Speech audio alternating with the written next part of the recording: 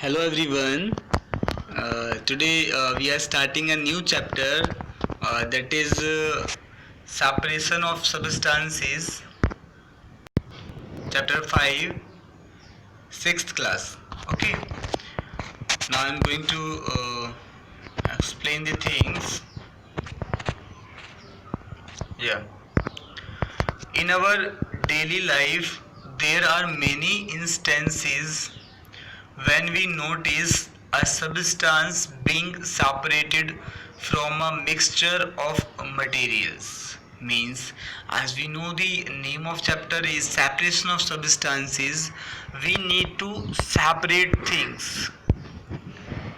Why we need to separate things? To get useful components or to remove the impurities. And in our day-to-day life we are separating many things. Here one example is given, like tea leaves. Tea leaves are separated from the liquid with a strainer. Like this is a strainer. By using this strainer we just separate the tea leaves from the liquid, because tea leaves are harmful for us. Same the another examples, grains is separated from stalks. Like suppose this is stalk, okay, this full is stalk and there is grain. Like in here grains are there, okay, then we have to separate by just okay, we separate the grains from this, like this. Why? Because we need the useful components grain. And in third chapter also we studied about how to obtain cotton fibers from cotton plants. Then from cotton fibers we just separate the this from the seeds, okay, and this process is called ginning. Means in these examples we have to separate the useful components. So this is our chapter, separation of substances. Now one more example, like perhaps you might have eaten salted dalia or poha. In this green chilies are there. Suppose if you are not separate green chilies from this and you eat it, what happens, you can imagine. So you need to separate the green chilies before eating. That is given in your book also. If you found that it had chilies in it, you may have carefully taken them out before eating. You need to separate the green chili. Suppose you are given a basket containing mangoes and guavas. In basket, like mangoes and guavas are there, okay, you need to separate them. Then because they are big enough in size, their size is big enough, so you can separate them by using your hand, by picking them, or by using hand picking method, because the size is large, they are too in big enough, okay.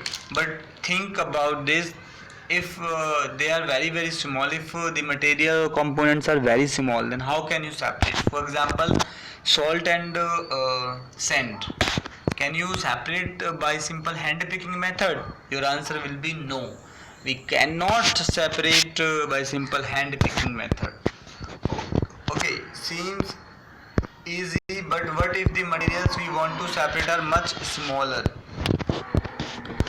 Okay, like this is figure churning of milk, means we are separating butter from milk. Okay, this is also separation technique. Yeah, imagine you are given a glass of sand and salt mixed in it. Then can you separate by simple hand picking? Your answer will be no, we cannot separate. Okay, now there is one question, but why should we need to separate substances like these at all, is what Paheli wants to know. Why we separate? We need to separate substances to get useful components.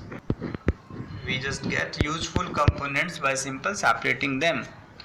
Now there is activity 1. in column first of table 5.1 are given few process of separation. I think this is the table 5.1.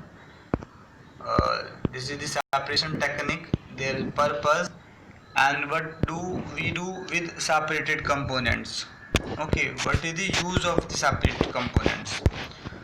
Okay, now the purpose of separation and the way separated components are used mentioned in column 2 and 3. However, the information given in column 2 and 3 is jumbled up, means you have to match the, can you match each process with its purpose and the way separated components are used. Okay, first we try to match it. I just explain. This is the table. Okay, this is separation process, like this is purpose, and what do we do with separated component? Three things are there, we have to match this. Separate stones from rice. To separate two different but useful components, but rice is useful component, stone is not useful component, and here it is written to separate two different but useful component. So this answer will be wrong. Okay, for first part, first we do for first part. Okay, we are doing for first part, this is wrong. Now we are going to the next part, to remove non-useful component. To remove non-useful component, or to remove impurities or harmful component. Okay, to remove non-useful components, to remove impurities or harmful components. Okay, yes, you can match it with the part second or third is also almost correct.